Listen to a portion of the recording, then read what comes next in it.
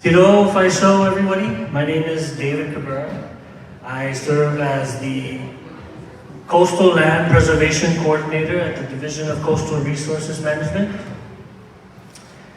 And over this past year, under the guidance of our Acting Director, Sam Sablon, and Acting Administrator, Floyd Muscat, we've been working to establish the new Land Preservation Section at DCRM.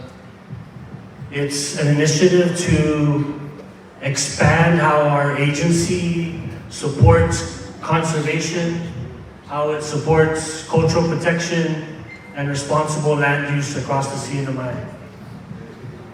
The work that comes out of the land preservation section it's deeply rooted in the three pillars that keep our culture alive, right? Those three pillars are the people, the language, and the land. Those three pillars, they get strength from each other. When one starts to weaken, the others just sort of follow suit. The people are the carriers of the knowledge. They carry it on to future generations. They embody the values, the wisdom and the practices of our ancestors. The language is what gives that knowledge form, right? It's what gives us the ability to express that knowledge. But the land is where it all comes together, is where all of that knowledge and practice converge. So if we don't have the land, we lose the ability to actually live our culture. And that's why we're here today. That's why this discussion matters. We organize this conversation in hopes that, we spark new ideas and we build shared understanding, and we walk out of here fully understanding that collectively it is our responsibility. So we should have the will to preserve our land. The conversation today brings together familiar faces, individuals who are leaders in their spaces, and who are quite frankly just helping shape what land stewardship is going to look like in the future. So I'm hoping that in their discussion there's also some time to receive some input from our attendees, from our community, so that we can add some depth to this conversation. With that, I'm going to hand it off to our moderators, Zeno Komatsu de Longarero Jr. and Victoria de Longarero. Thank you. Good afternoon, everyone. Again, my name is Victoria de Leon Guerrero. My name is Zeno Camacho de Leon Guerrero Jr. And we will be your moderators for preserving our lands, legal frameworks, local initiatives, and community-driven conservation in the CNMI. And yeah, and I do just want to briefly, they gave us bios, but we're not going to read the whole thing. Even though these are rock stars up here on the stage today, I would say so.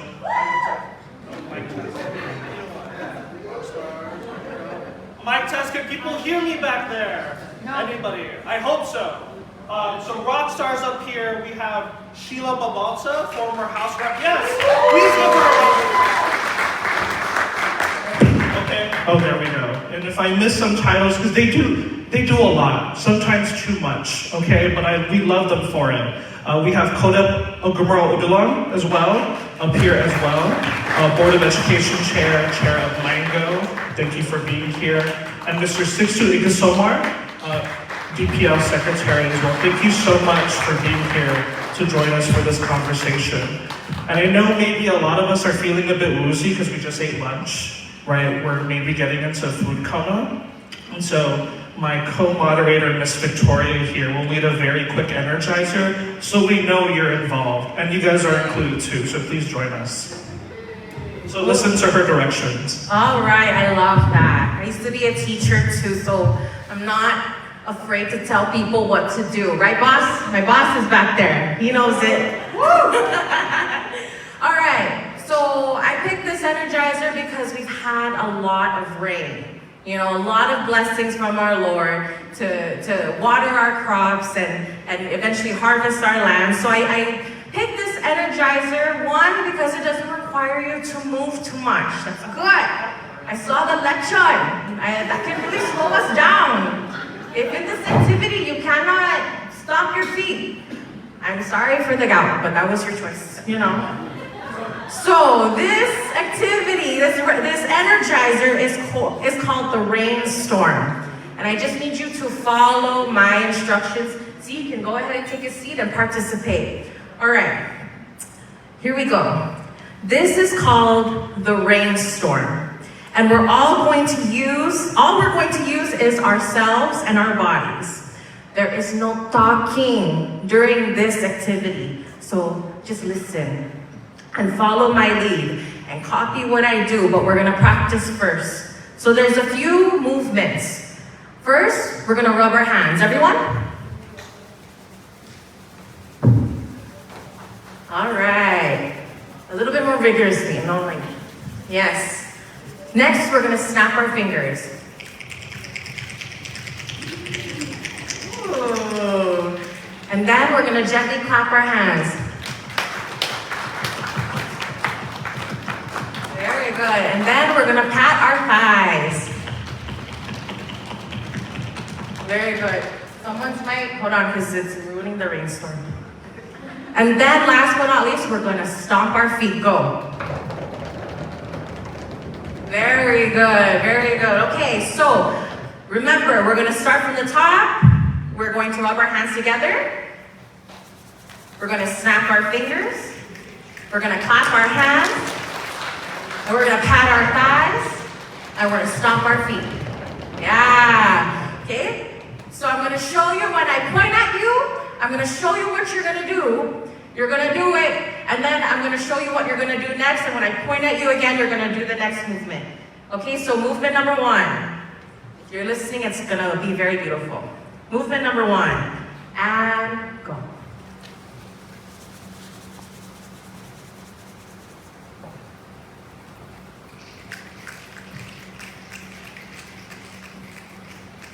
Go.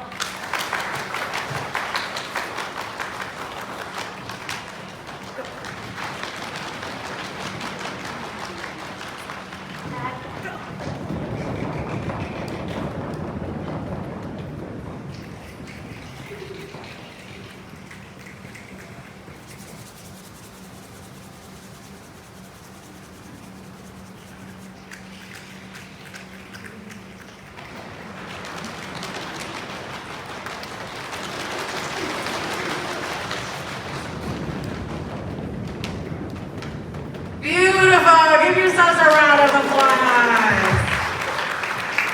Thank you so much, Dee, for leading that. Okay, and so now we're gonna dive more so into our panel. So we're just gonna go through the overall structure just so our panelists are kind of aware and you guys are aware about how this conversation is going to go. So right now I'm just doing some housekeeping, right? So first the structure, everyone's gonna do a little opener, right? We have some questions for you guys that we wanna, have you answer, and you can, do a more fuller introduction of yourselves in case we miss anything, because I know we did, because you guys are rock stars. And then after that, they do their opening reflections. Each of you are gonna get maybe 2 to 5 minutes each, right? And then we have some questions. They kind of know what we're asking, but they actually kind of really don't. So it's really surprising and fun for them to be here in the hot seat, right? But we're hoping to maybe take some time.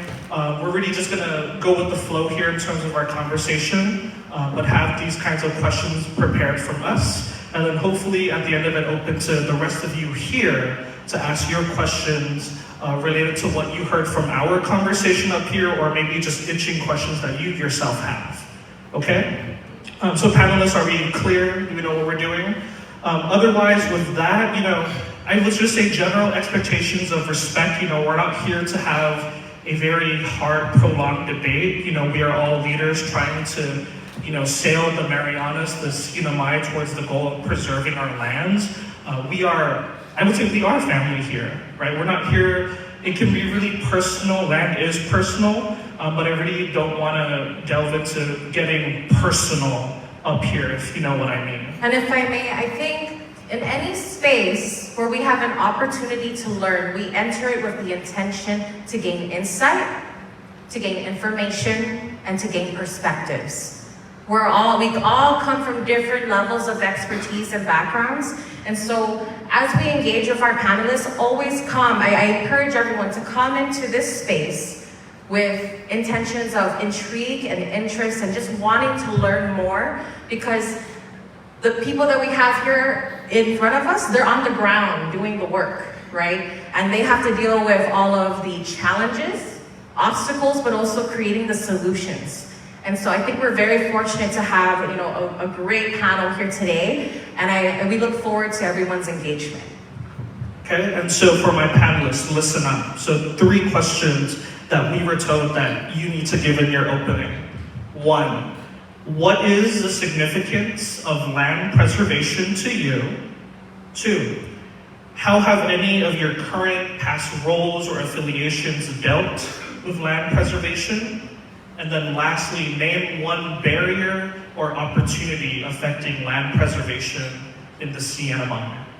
Do I need to repeat that? And you can also ask again if you have AD. Yeah, please do.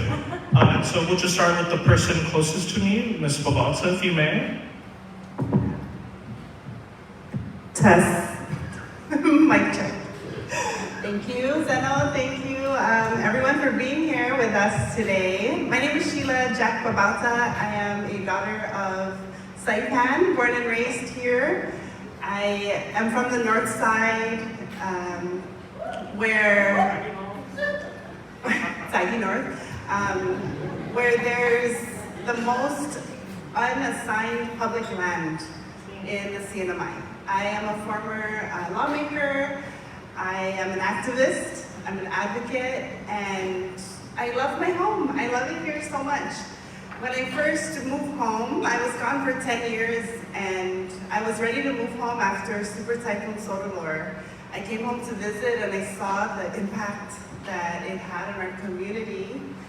And at that time, there were 7 permits currently being discussed for hotels to be built in the north side alone. And that was really concerning to me.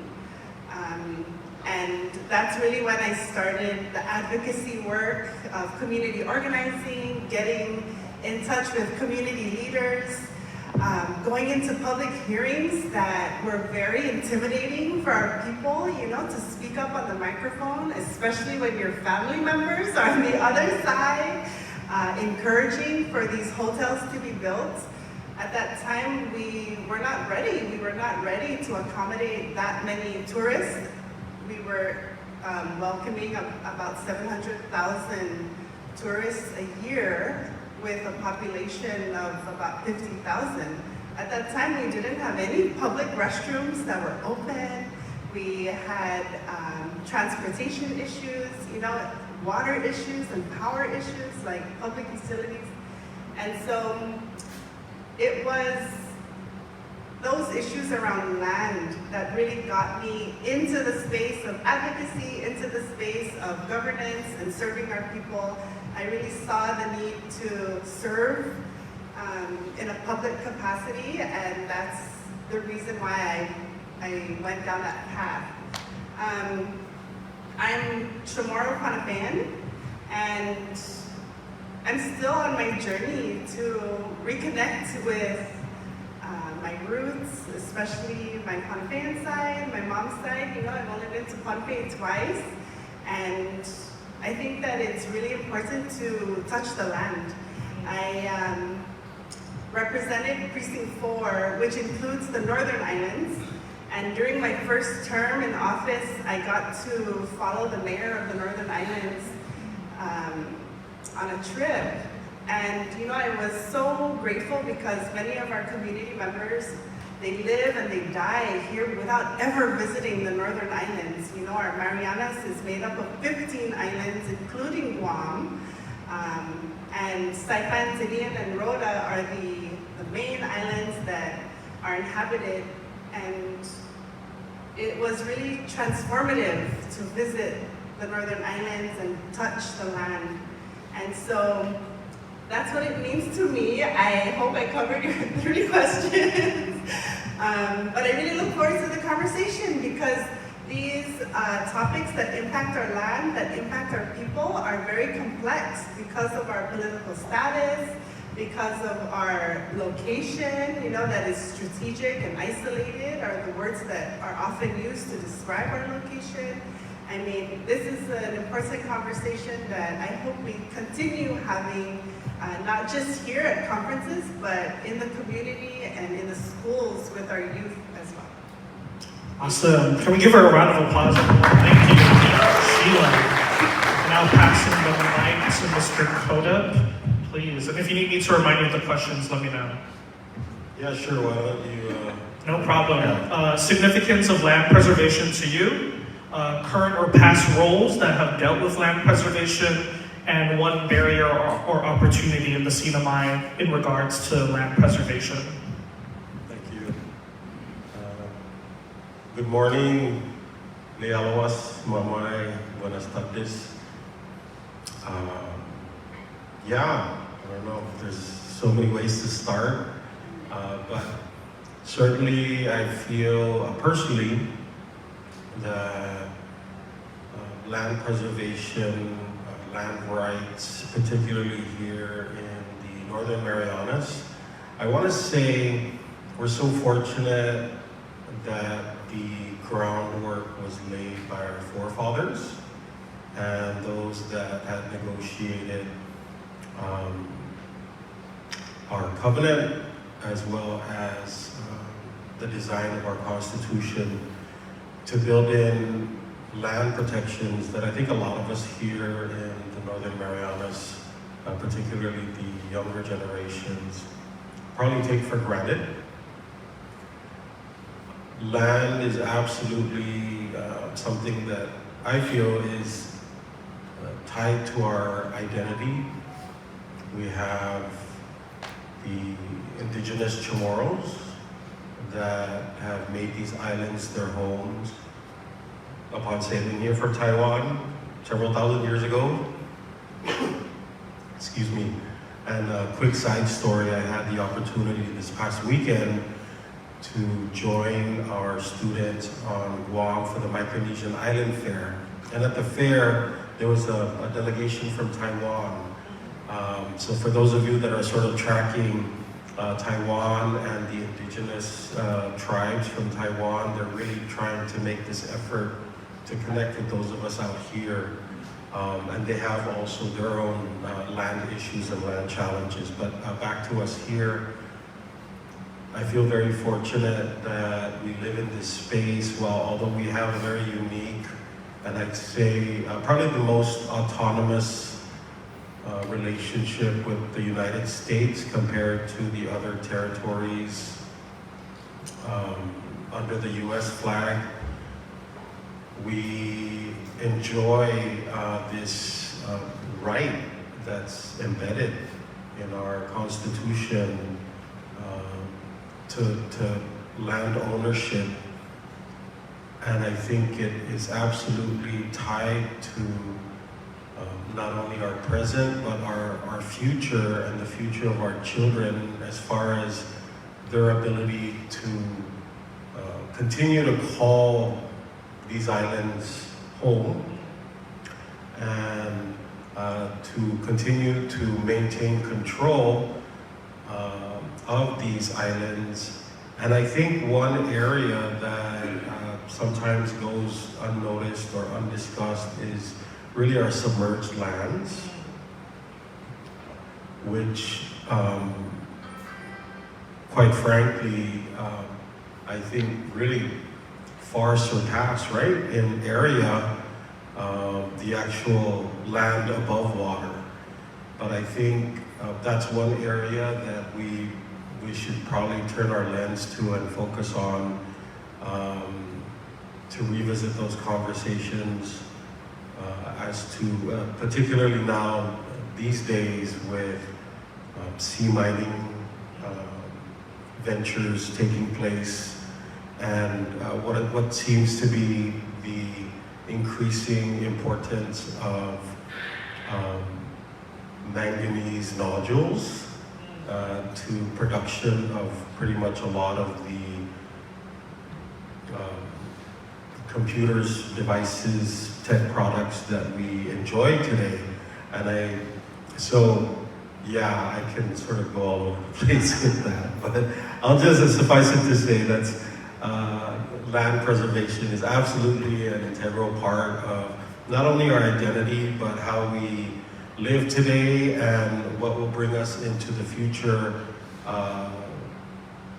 depending on how much control we manage to retain. So I'll say that for now. Thank you very much. All right, on to Acting Secretary Sixto Gasomor. What is the significance of land preservation to you? How have any of your current or past rules dealt with land preservation, and what are some of the barriers that come up in your mind in this topic? Thank you very much, Vicky. So I've been thinking a lot about today and what to say today. And who am I, at least? I can only think of that song by Johnny Cash. I've been everywhere, man. I've been everywhere. I've been in almost in every sections of government and in the private, in and out, and basically just executing stuff based on visions and missions for particular categories, agencies. And I was making a joke with my wife last night that if I was to say how much is land valued, I was going to say that it's very valuable because a long time ago when our ancestors were sailing, it was nothing but water and there was no land around. And so finding land is very important and it means a lot. And it might sound like a joke, but I was also asked by somebody, and when I questions and I answered that there is scarcity of land. And they said, I don't believe you. What do you mean by scarcity? That sounds like a lot of excuses. Scarcity, scarcity. We need to take care of our people. I need land for here, land for there. And I'm like, yeah, but if you understand the entire land inventory of the CNMI, 17 and Rhoda and up north of the Northern Islands, you will realize that there is scarcity in as much as what you can do. So for me, land is valuable, and this overused statement and word which I will use is, it's a legacy. Why is it? Because it matters to all of us. In order for us to exist, it's infused, as you stated, language. It's our tradition, it's our culture. So yes, the land is very important to all of us. And there's not enough land for everybody. And if you go to the other countries west of us, land is so valuable that even a parking space is a real estate. But we have yet to see that. I was just having lunch here with somebody at Dolphin looking down in the CNMI, and I'm like, everybody's just not realizing. But I think the moment, and I'm glad that we're having this conversation, so that the moment we can actually start talking about it and understanding that it is scarce. Although you see it out there that it's open and possibly barren, and that it's public land, it is scarce nonetheless. Because eventually, into the future, as you were saying, into the future, we will need that space. We will need that area. And luckily for me, I'm with the Department of Public Lands, and in the Department of Public Lands, the department, the advantage on the where am I, the question where am I, and what am I involved with, what are the disadvantages or the good things about it is, our land use plan, as directed by Public Law 15-2, and creating this advisory board to public land, which Codep here is a chairman for. So we have this document which documented every private land and public land in the CNMI. And every public land is reserved and preserved per se. And out of all the land area in the entire Marianas, excluding Guam, only 6% of that land is being leased out, public land, for investments. Everything else is used for homestead, and everything else has been reserved and assigned, GOPD, to other government agencies. So that's something that I'm a part of, that I'm happy about, which we have an inventory of, which shows that of all the lands, and contrary to what people may think that we are misusing our public lands, the lands are all there. And we have about 75% of those lands in government, public, owned by the Northern Mariana descent. Thank you.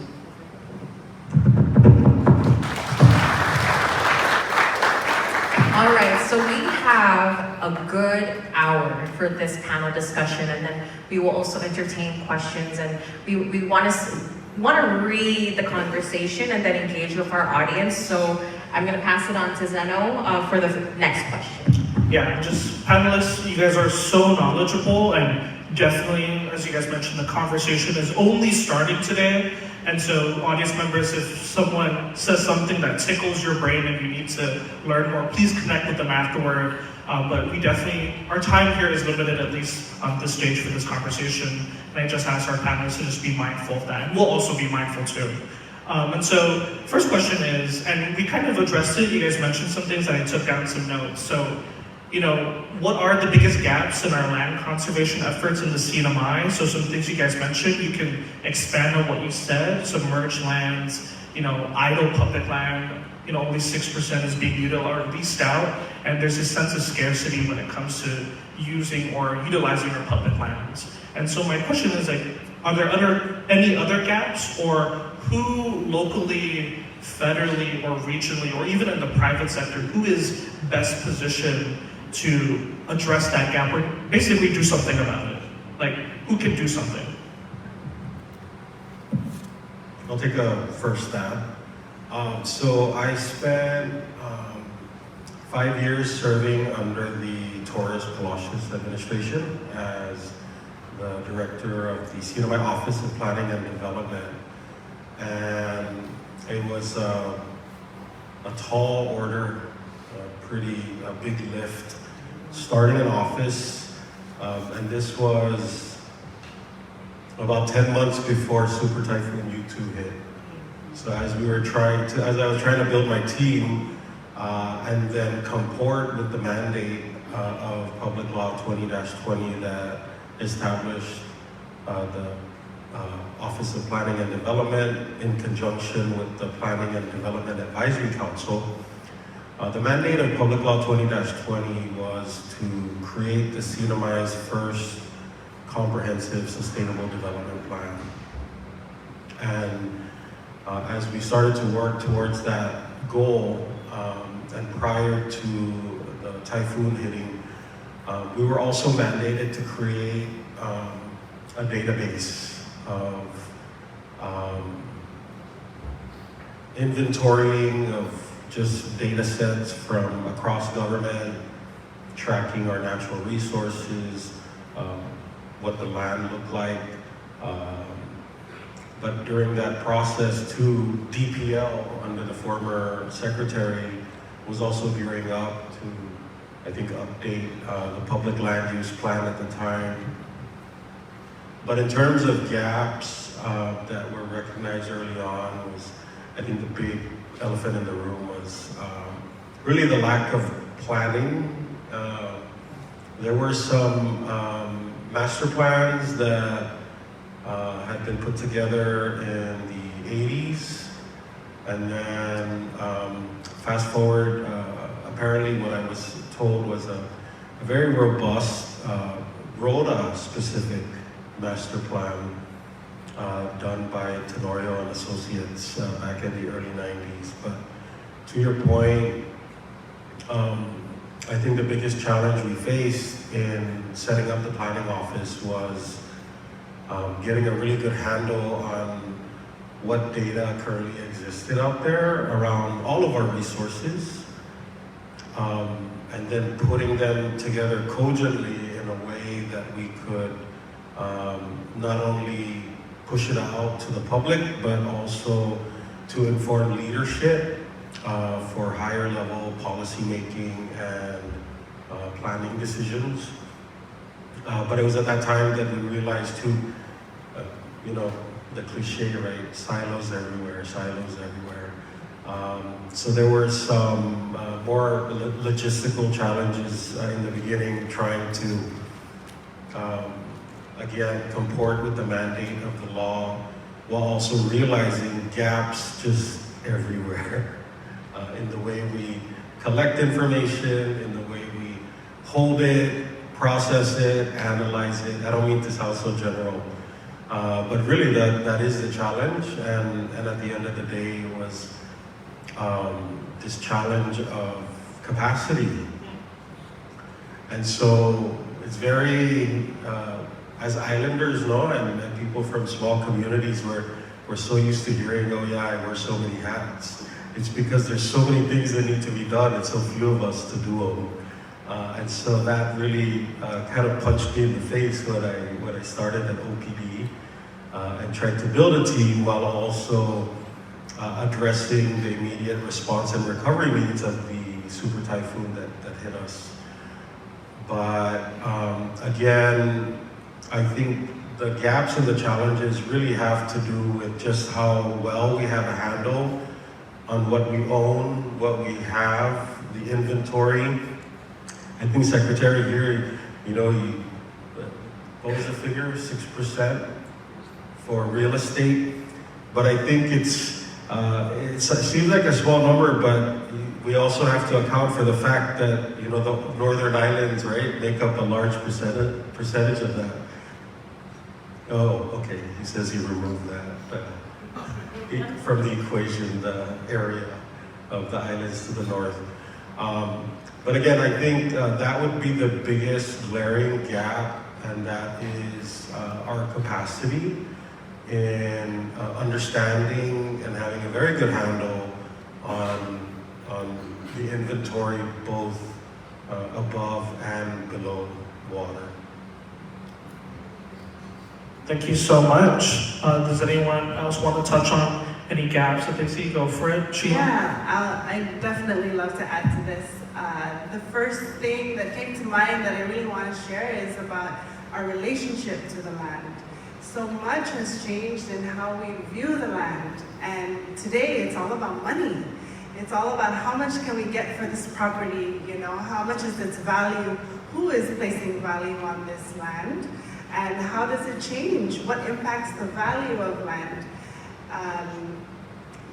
In my opinion, because of globalization, because of the influences all around us, right, from being an American territory, from being so close to Asia, we have many ideas and concepts regarding land that have influenced the way we view land. And so it has really led my journey into the cultural aspect, because we have to consider our relationship to land and the way our leaders, the way our youth view land. And if we're always extracting from our land, if we're always thinking to take, then what are we doing as stewards? That's not responsible stewardship. I live in Asmatwis, and that is a village up north, and I live really close to a quarry. And every day I hear the quarry just eating away at the land. And I wonder, when is that gonna end? How many quarries do we have right now? We have 5 active quarries, the last I heard. And we're constantly eating away at our land for development, quote unquote, for development, and to be a progressive society. When you think of extractive systems, they leave the community in very vulnerable situations. If we're not in a circular kind of economy where we have a harmonious relationship with the land and the ocean, then we are putting ourselves at risk, right? At the end of the day, what is going to be left for our children? What is going to be left of the land? What health is she going to be in? Because we're so intricately tied to the land. What we do to the land, we are doing to ourselves. And so that is one main, big barrier, big part of the work is this mindset on our relationship to land. Another that I wanted to bring up was community engagement. Since deciding to take a break from politics, I'm now in community engagement and assisting federal agencies or international nonprofit organizations, other leaders who want to come to the CNMI and want to engage with our community that really have no idea how. And in this field of community engagement and being in politics and being an active community member, you know, I really see the gaps in community engagement.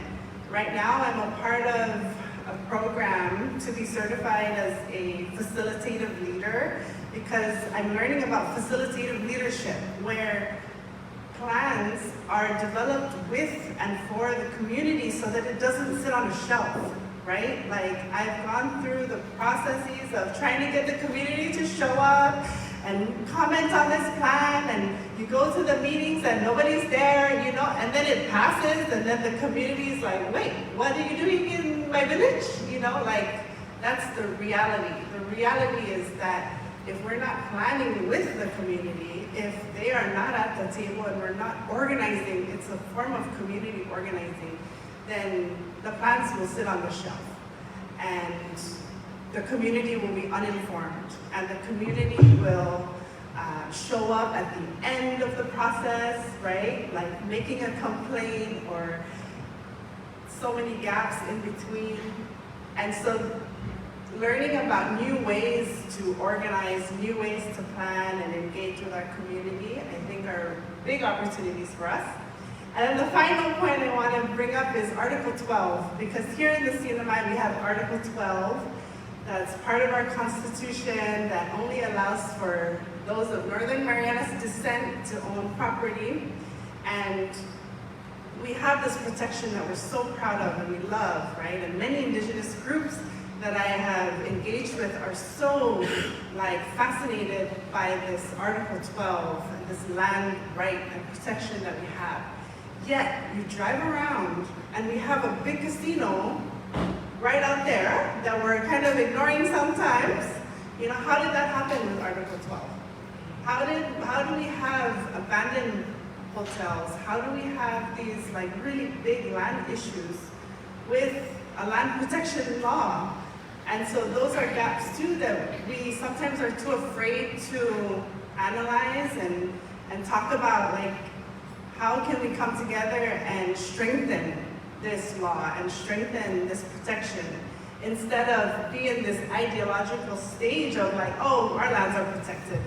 Yet we have no idea what and how to move forward when we have these really big abandoned properties that are on public and private land. Thank you. And so just before we move, I just want to make sure we're all on the same page. Number one, a perspective is assessing the existing data and what data needs to be collected and reviewed and assessed to inform long-term planning. And the next is community engagement and active community engagement. That is a gap culturally and locally within our region. And so now to hear from our secretary, thoughts. Thank you. You know, the question, while the responses were coming out, I was analyzing the question, and I just wanted to make sure we understand that we're all from different areas, different knowledge, different experience. We all have our own personalities and characters. And so as we're moving forward, I'm trying to think what subspace I'm in and whether I am floating or falling off in this spatial anomaly, right? And so the question is about gaps, and I wanted to make sure we have an understanding, at least for me, that we're talking about gaps. And what exactly are we talking about? Public lands, commercial, private land, commercials? Are we talking about usage of lands? Are we talking about how we're going to engage the land? How are we going to use it? Are we going to farm on it? Are we going to use it for farming? Or stuff like that. So to me, it seems like it's almost, so I want to make sure that when I'm talking, I'm not pinned on this section to be antagonistic, right? But what I do understand that I think we need to get out of here is just gather every potential comments we're getting, and from there, plot all these things up, whatever cloud, and then from there, extract the most important stuff, and then let's work on it. Because, as Kodak mentioned earlier, the only reason why Public Law 2020 was created was because and I'll go ahead and take credit. When I was Secretary of Commerce, I was handling all the master plans of the CNMI. And I realized that we have SEDS. SEDS is an EDA document whereby any person applying for federal grants must use those projects identified by the CNMI to request for federal funding. But we realized that MVA has a master plan, DPW has a master plan. And so we decided we must combine all of these. So as soon as I became a senator, we enacted Public Law 2020 as a public policy, which is every master plan out there needs to come together under this office. So that's what's happening now.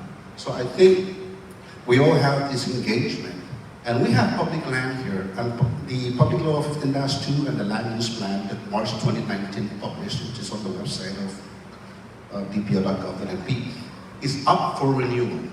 Now that document though is based on a survey, community-wide, island-wide, which extracted information from the public on what can we do with these available public lands.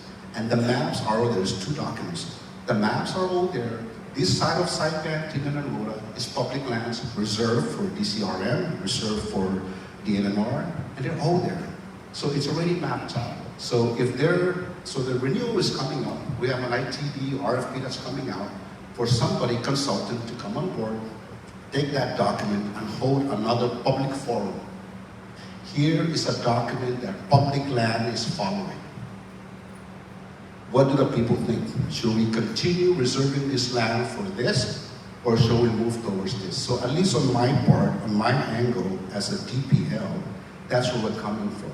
The issue that I think is really problematic that Codep touched on is there's gaps. I don't think anybody out there, I mean, not anybody, I don't think a lot of people knows that the land use plan exists. I don't think everybody in the legislature knows that the land use plan exists. Right? So, but those things were done already, but somehow they forget. So I think it's a matter of having certain key sections in government to make sure everybody communicates, right? So when there's an SC coming in, there's a TOA coming in, there's an agriculture for grazing, somebody coming in and land, I give them those land. Recently, a very good project came in and said, acting, I need a site to conserve because I'd like to protect the coconut crops, Azuzu. And I looked around the map, I opened up the land use plan, and I saw this strip. And I said, I think we can use this.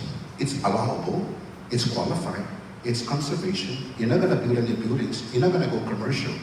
So we assigned a TOA to that. So there are processes in this department, but if there is one thing that's problematic in the CNMI, not necessarily blaming whether we're all reaching for the stars and just making money, but I think in all reality of things, there's got to be a balance of the people, the land, the culture, and the tradition, and how we use it. And we may all know it, but there's no communication on how we should be doing it. Thank you. Thank you so much. Those are great insights. Let's give them a round of applause. And so, I mean, as a young voter, right, I think especially for those that are coming up in our workforce as leaders, engagement is the key message I'm hearing. It's community stakeholders, especially the people, engaging and being knowledgeable and also seeking education as to what they're going to do with the land and are we in agreement with it, right? And so that's a huge takeaway I've heard just from this one, maybe like 2-3 questions alone, but very insightful, thank you. And Sheila, I want to thank you for also bringing up Article 12, because we prepared a question for that. We can't talk about land preservation in the CNMI without talking about Article 12. And just to make sure, because I can't help but be an educator for a moment and just make sure we're all speaking the same language. Can I just get a raise of hands? Who here is familiar with Article 12 of the CNMI Constitution? Okay, so I would like to say majority, but just because I cannot help not be an educator, I'll just read section 1. Quote, the acquisition of permanent and long-term interests in real property within the Commonwealth shall be restricted to persons of Northern Marianas descent, right? And I'm not gonna quote the whole article because we'll be here for maybe 15 minutes, but they'll go into definition of what NMD is, but that's really just the key point of restricting land ownership. And so our question. And before he asks, let's get into the panel discussion first, and then we're going to segue into questions. So let's get the information, inform our questions, and then we'll proceed with the dialogue. Just because everyone has opinions about article, we're just going to be very honest and transparent about that, right? And kind of in line with what Sheila mentioned, surprisingly. So while Article 12 of the CNMI Constitution restricts land ownership to persons of Northern Marianas descent, as a form of cultural and land preservation.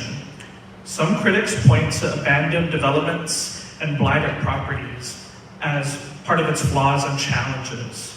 What role does Article 12 play today in land preservation, and how should policymakers approach ongoing calls to amend or even repeal it? Anyone want to take that to hot button issue?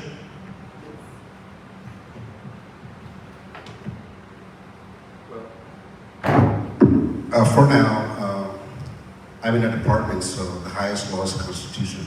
I don't think I can say anything about Article 12 to change it or not. Personally, I think it's there for a reason. It will come with a lot of debate. So, as an acting secretary, I fight for the Constitution and its preservation, and that's what it is. Now, coming back to these leases that are happening on private lands, and you're saying that they're abandoned. It's really a matter of discussion for policy. When we introduced the blighted property, well, it came from the House, I think, right? And went up to the Senate, we had a very big discussion about blighted properties because there were comments coming in from concerned citizens. These are the Article 12 NMDs who own the property. And the issue is, I think for me, it's culture shock, okay? It's culture shock. We're very young, and I want to make everyone understand, we're a very young state, per se, okay? We're not 300 to 400 years old like the United States of America, so excuse us if we're having problems and if we're having errors. But we're gonna learn along the way, and we're gonna get better. So, through the culture shock, so we have these people came in, built, boom, then left, disappeared. Then we have this blighted property law, that's zoning. Okay, now, boom, oh, you have a blighted property. I'm giving you a citation, the NMD, right? Now you're punishing the NMD for disputing. But in our discussion, at the Senate level, was for the zoning and whomever's going to manage these private properties, because we need to fix these things up, is to work with the NMD, the owner of the land, and find ways that we can make sure, going through all the laws, that we can take and cancel that lease out of what the lessee who has gone, so that he can go back to the landowner and he can work with the government, like with zoning now, who owns that, who's managing that law, and find a way to rehabilitate that building. Rehabilitate how? We have problems with small business developments. We need business incubators. They can easily use those abandoned buildings through consultation and partnership with the government agency and the NMD to find a way to house people back into them for us to renovate it and make it work. So I wanted to just touch on that I do not want to use the excuse that there is abandoned building and therefore Article 12 doesn't work. I mean, I just do not want that modus tollens logic to come together and create a reason that Article 12 should be removed because look, they can't do anything about it. Or look, all the other NMDs are buying out all the poor people's lands and only one guy now owns all the properties. So for me it's a discussion, but it's not something for me to state that we should abolish it. Thank you. I think that was I don't know if you felt it, but I felt it, right? Gotta simmer, but Sheila, you look like you have something to say? Yeah, I was in office when an amendment to the Constitution was introduced. And this amendment to Article 12 was introduced by the Senate. And I've never seen such a higher turnout from the community to speak up and deliver public comment than that time. And my goodness, the legislature was open until it was dark. You know, there was a line out the door for people to deliver public comments. And I remember Zeno coming in to also deliver public comment. And the community ranged from elders to youth, different kinds of educators and, you know, different sectors. But it was a moment I felt so proud to see our community come out to speak up and share their thoughts about Article 12. If there's one thing I know about Article 12 is that a lot of education is needed. We really need to talk about public education before we can even talk about making any changes. You know, it's in our Constitution. It's a long time like jewel. It's such a jewel for us. And when you touch on that subject, you're going to touch on something that people are very sensitive about, right? And so I think, though, that the Constitution, just like any other document that guides us, must be analyzed to see if it is serving the needs of our community today. And I understand the fear because of our history around, issues of corruption and building trust again in government and political leaders. Nobody really wants to go there because we're afraid, right? And I understand that, and I feel that fear too, But just like Senator Sixto said, it's a conversation, and it really needs to start with dialogue that is intentional, that is engaging with the community and not just a handful of elected officials, right? Yeah, elected officials who are going to talk at the people and say, this is Article 12 and this is the language we're going to change, what do you think? There's so many different ways to gather information and collect people's thoughts, and that's what I'm learning now through my program, and there's different ways to do it, like creative ways to do it, and those are areas that we need to consider. Yeah, I totally agree, and yes, I did deliver a comment in full disclosure, right?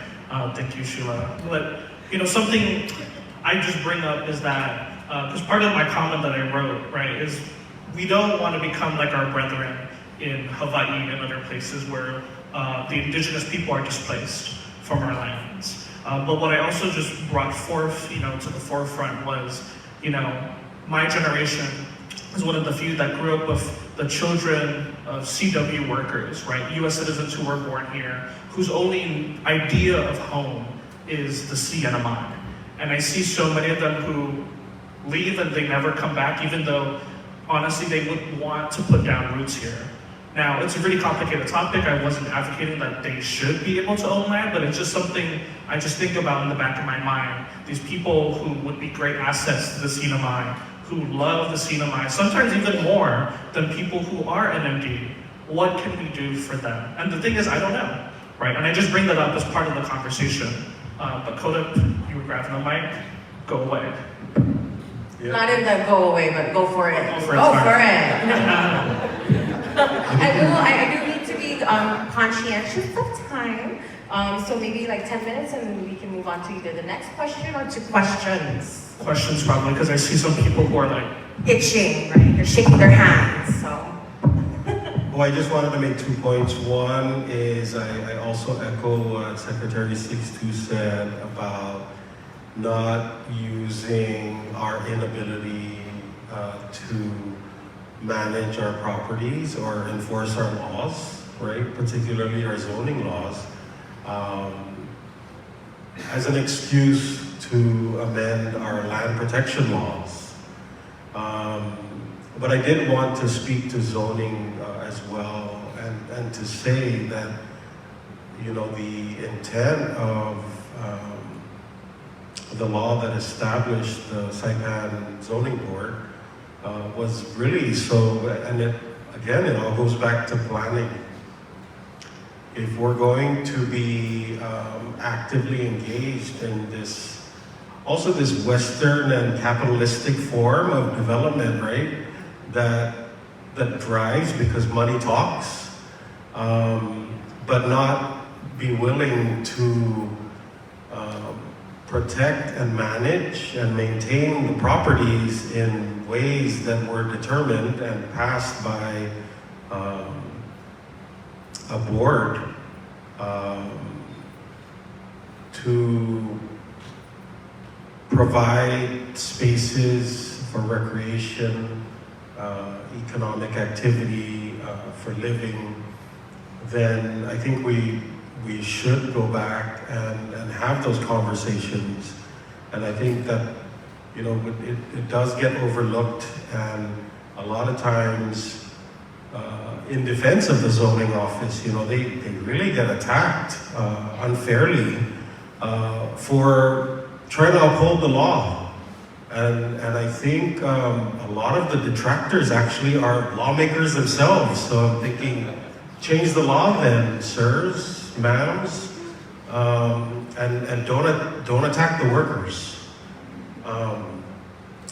And then to your point, Zeno, I think you brought up a very, very valid point, and that is that yes, our land protection laws, land ownership laws, also inadvertently are excluding people who were born and raised here or have come to love these islands. And I know many of them that are non-NMD that would love to stay on, invest, and continue generations, right, of their lineage here, but for the fact that they're not able to own property. But I think that there are simple solutions around that.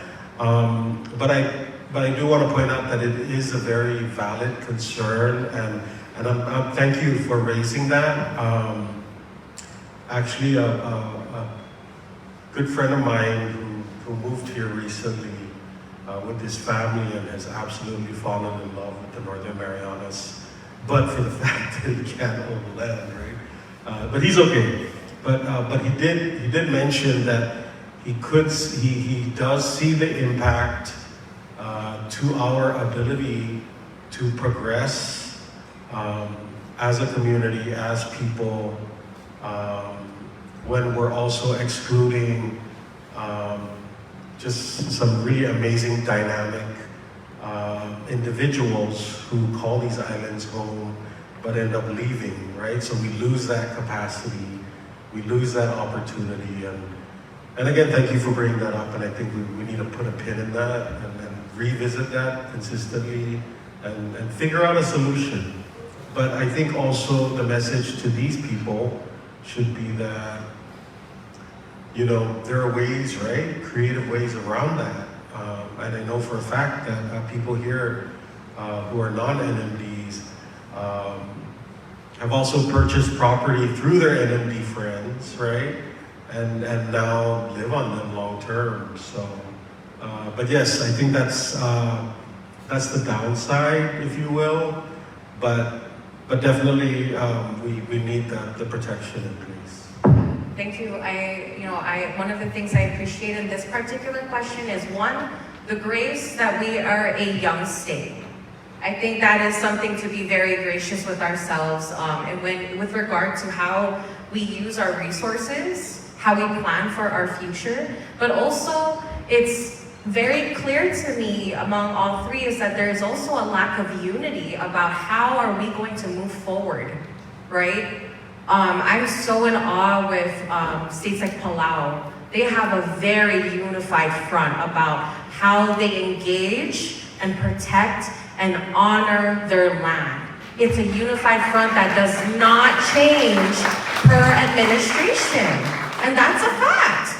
You know, us NMDs, we're not to it. Sometimes the priorities change based on who the administration is that we also elect. But as a community, as a CNMI, right, we have to come together, especially in mind with our future, about how are we going to evolve together. Because it's not just us. Amen? Yes. Amen. All right. What does progress really look like is really the big question, right? Because it's not just rushing forward, because if we do that, you know, we're missing a lot, right? And so our last question, and I'm going to ask our panelists to just keep it quick so we can give time for our audience members to ask questions, right? And hopefully we can end this, you know, Article 12 is a really heavy topic, and I'm hoping we can end on a bit of a more hopeful note, maybe. We'll see. In the CNMI, many families and even the government are described as, quote, land rich but cash poor, owning large areas of land but lacking the resources to properly manage, develop, or conserve them. With the growing development pressures, you know, issues like climate change, what strategies or maybe what models around the region or the world could you look at or recommend to make better use of our, you know, our lands that are underutilized here in the CNMI? Any thoughts? It's a loaded question.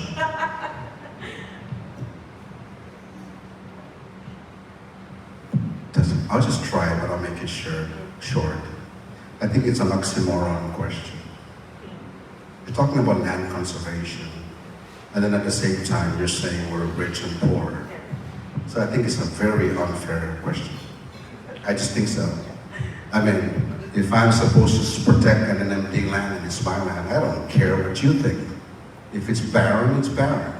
But if we're referring to public lands, it's a different story. But I just wanted to add, in the CNMI, I wanted to clear this up so everybody has a picture.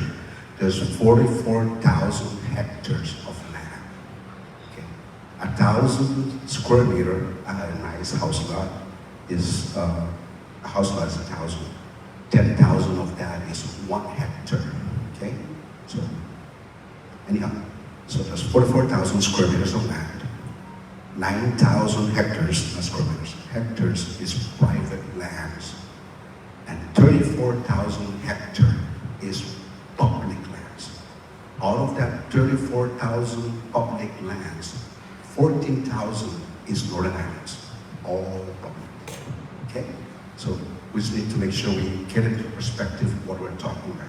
So private lands is only 9,000 hectares, and public lands, subtracting the north, is only about 20,000. Okay? So I think that's not a very fair question, but if there is some kind of plan, I think what the discussion would be is those people who have private, who are using lands private for businesses, then maybe you should start discussing about taxations. Taxation on owners of property that are actually creating revenue.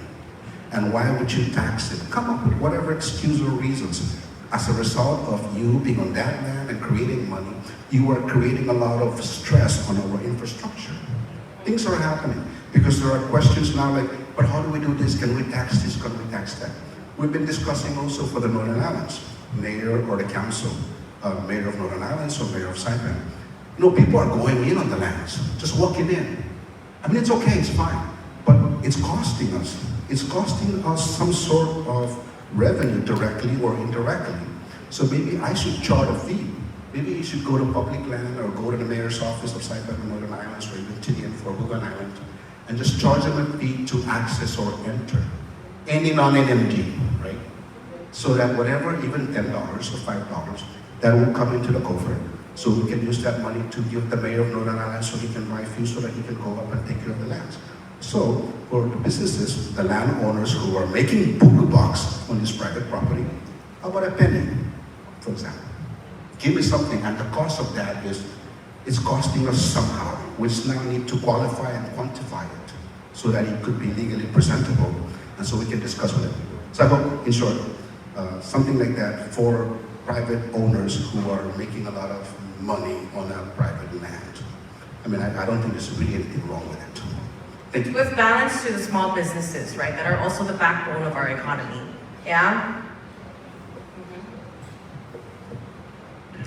I just want to add thoughts that came to mind when you asked that question. Is that wealth is a state of mind. And in all my travels, I have come to yearn and long to return home. There's no place like it, and I'm sure you feel that way about your home.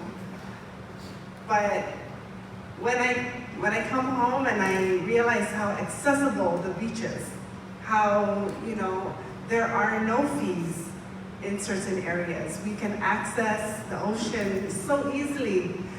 It's clean and it's peaceful. We have our culture that is thriving and restoring, through our people, the canoe house, the canoe carving, the traditional navigation, work like 500 sails and our carvers right outside. We have access to so much knowledge, and our people are carrying that in our community. And so, although,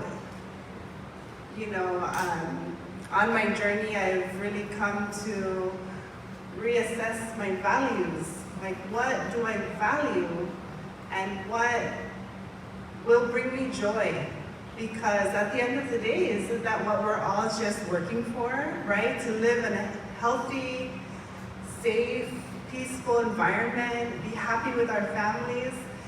When I travel with our youth, oh man, they excel, they shine among other Indigenous youth, and they cannot believe it too. It's been so fulfilling to see our youth engage with other Indigenous youth, and for them to realize how much excellence they carry as Micronesians, you know, and how much they shine in other spaces. Sometimes when we're just in this cycle of like scarcity mindset of like, oh, we can't do that, we don't have enough, and you know, we're so small and we're so isolated, and it can really hinder and harm your spirit. And for our youth to live in that kind of environment, we really need to be mindful of what we're modeling to them. What kind of values are we modeling to them? Because there are communities around the world who would just love and wish and dream to be land rich. And thank you for that, Sheila, because you know, I have friends that have returned to the CNMI after being away as well. And you know, what's one of the it's such a rich idea that we take for granted. This dear friend of mine shared that she decided to move back with her family because she did not want to worry about sending her kids to school. That is so much privilege that we do not have to worry about here in the CNMI. And you're absolutely right. It's a mentality. I think when I'm with friends at the beach or with my family, enjoying the sound of the water right outside in the north, oh man, I feel like the richest girl in the Marianas, you know? Right? I can balance that 9 to, no, it's not 9 to, it's 7:30 to 4:30 p.m. 7 a.m. to 4:30 p.m. job and have that work-life balance. And so again, it comes back to having a common perspective of what do we want? Because if we try to model too much off like our foreign counterparts, or even just as far as Hawaii, they've had to sacrifice their identity. They've had to sacrifice their own people. Their descent can't even afford to live on their own land. That's a nightmare to me. And so again, it's coming back to how are we as leaders and community members going to picture the future we want to have together, right? And so thank you, our panelists. We do want to open the floor. I'm sorry, Koduk, if you had any comments. You have one comment? Sorry. Okay. Speak. Educators, right? Yeah, no, I just wanted to quickly also echo that, yes, something else we take for granted that really contributes to the quality of life that we enjoy here is safety, right? And I've had that shared with me multiple times that by visitors and expats that have moved here, but that we live in a very safe community, relatively, but still very safe. And I'm proud of that because that really does add to our quality of life. And it just, real quickly, and then maybe it can come out in some of the conversations, but I did happen to have a quick conversation with the chairman of the Marianas Public Land Trust at an event. And I asked him, I said, you know, is there a way, because MPLT is designated to invest, right? And that's this gentleman's best friend agency. But they're mandated to invest the monies from public land leases prudently. And I don't know why, for some reason, that has come to mean investing in the stock market and like pretty much nothing else. They get nice returns, right? But what I asked him was, why can't we do something like investing in our people, for example, our NMBs through, you know, more schools, right? Targeting our culture, our way of life, what we'd like to preserve, similar to, you know, for example, how the Kamehameha schools is run off of, you know, Bishop Estate trust funds. and yeah, just to close that out. He said, yeah, no. Yeah, I didn't finish the story. No, he said absolutely. There's something we could look at. But I tell you, going back to the Kamehameha schools, I took a delegation of students to Guam for UOG's annual conference on island sustainability, and our students got to connect with ninth graders from the Kamehameha schools. These kids are so bright. Ours are just as bright, and we look forward to this partnership because they're going to be coming here later this year, and that could be a model that we look at and how that ties to our land assets, what we're doing with it, how we're using our assets to really promote and perpetuate our culture and our way of life. So I'll leave it at that. Thank you. Thank you so much. And I really just love how we're ending on this note of, like you said, Sheila, rethinking our values and, where is this movement towards land preservation going to take us towards, rejuvenating our culture, reconnecting with people across the ocean and the region, and how progress looks like in the CNMI, right? And so with that, I do want to open the floor to questions, right? Who are my runners with microphones? We have about 15 minutes in this panel. So. I see the gentleman over there as well. So who'll go first, and then the gentle lady over here second. Sorry, my vision's not that great, but go for it. Thank you. I just have one question, or maybe 10. Secretary Kisomar, you mentioned the figure 6%. 6% of public land. Yes. Is that the 6% cap, or is that only what's leased? And is there more available to lessees or lessees? 6 of public lands. 6 of public land? Yes. What's the total available of public land for lease? That'll be 6% of 33,000, which is about 18,000. So 6% is the cap, if I'm understanding correctly? No, 6% is 6% of 33,000 hectares. Right. So that'll be 6% of 33,000, which will be about 1.8 thousand hectares. See? Right.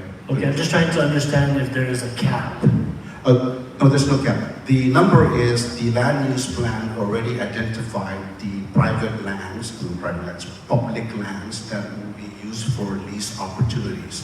Because the idea is we have public lands that are reserved for conservation, and we have some for homesteads, and we have some for real estate.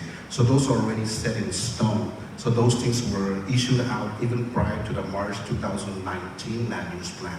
So the 2019 land use plan basically just almost photocopy those information. So there's no really any new area that's going to be used for leased properties.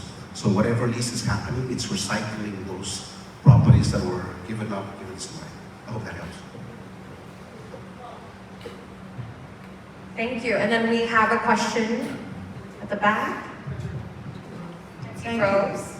Thank you, because you just answered the question that I was going to ask. But you have law that protects private lands, correct? I'm glad to hear that too. Because private land, know this, and I don't know if you were in charge back then when my mother was arrested for the land that she owns. First time history in the Marianas, 80 years old, was arrested. It's in there. Go back to the history. My mother was arrested for certain land that the government took and supposedly compensated my mother. And when they compensated my mom for the land, the government did not even own that land that they gave her in exchange for the land that the government took. Are you aware of that? Nansaro, I am totally aware of. I was actually off island attending school when that transpired. Oh, thank you. But imali repairing siya ka yarfir. Oh, sumali siya ng luwet. Yes. Well, Okay. thank you very Okay. much. That was for you, First time. My mother. Yeah. God. Thank you. So Victoria, I just wanted to ask that in the land use plan, she brought up a very good point. Some of the gaps that I'm sincerely saying, some of the gaps is observing the current management and practices of, for example, public lands itself. The public land practices and how the divisions are working now, whether the regulations are current or not current, because a lot have changed. Public land went from MPLA, Tamara's Public Land Corporation, or MPOC, and then it became DPL. So rules were filed back in 2015. Rules that exonerated all those other rules. So whatever people are suffering now or being challenged with land issues like land compensation or land exchange as brought up by Nantaro, is those kind of things that we need to fix currently so that we can move forward. Thank you for that insight. Thank you for giving us that background. Well, I think we have enough time for one more question. Maybe two, it depends. Over there at the back? Yeah, Hafide, thank you so much, panelists, for your thoughtful contributions to this really important conversation around land. I'm wondering, what are your thoughts around land remediation? This has been specific to preservation, but what about remediation when developers or people pollute and contaminate our land? We deal with a lot of public health epidemiological issues in our community, high rates of cancer and whatnot because of historic pollution. Military action is one of the big ones that come to that. I'm wondering, what is your thoughts around who's responsible or holding polluters accountable, and not just for historic contamination, but also ensuring that any future contamination from our lands and even our waters is taken care of, and what are the current processes around that right now?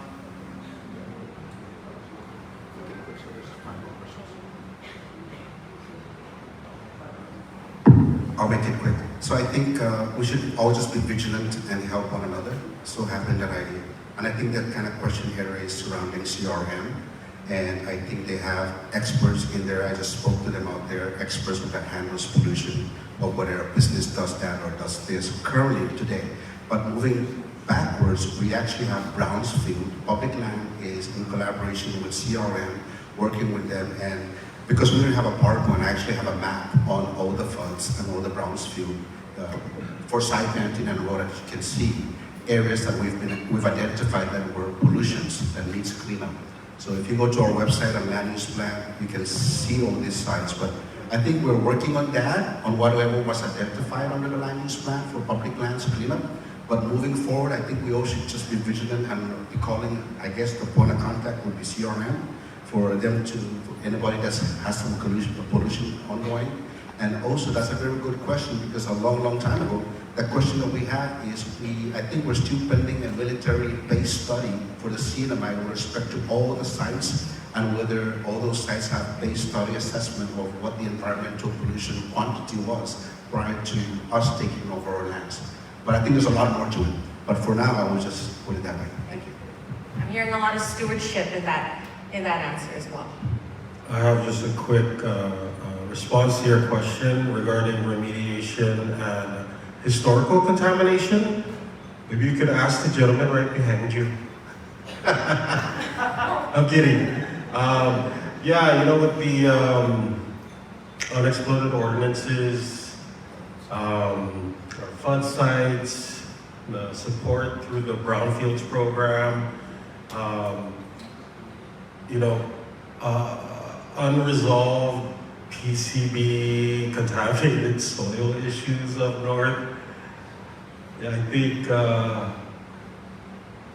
aside from our own local management issues and efforts to address locally sourced, if you will, contamination and violations, I do want to say we should really pull back big picture too and revisit some. I mean, not to say that our federal partners aren't providing support and resources to address some of these very deep-seated historical, contaminations, but those still remain unresolved. So I just want to flag that.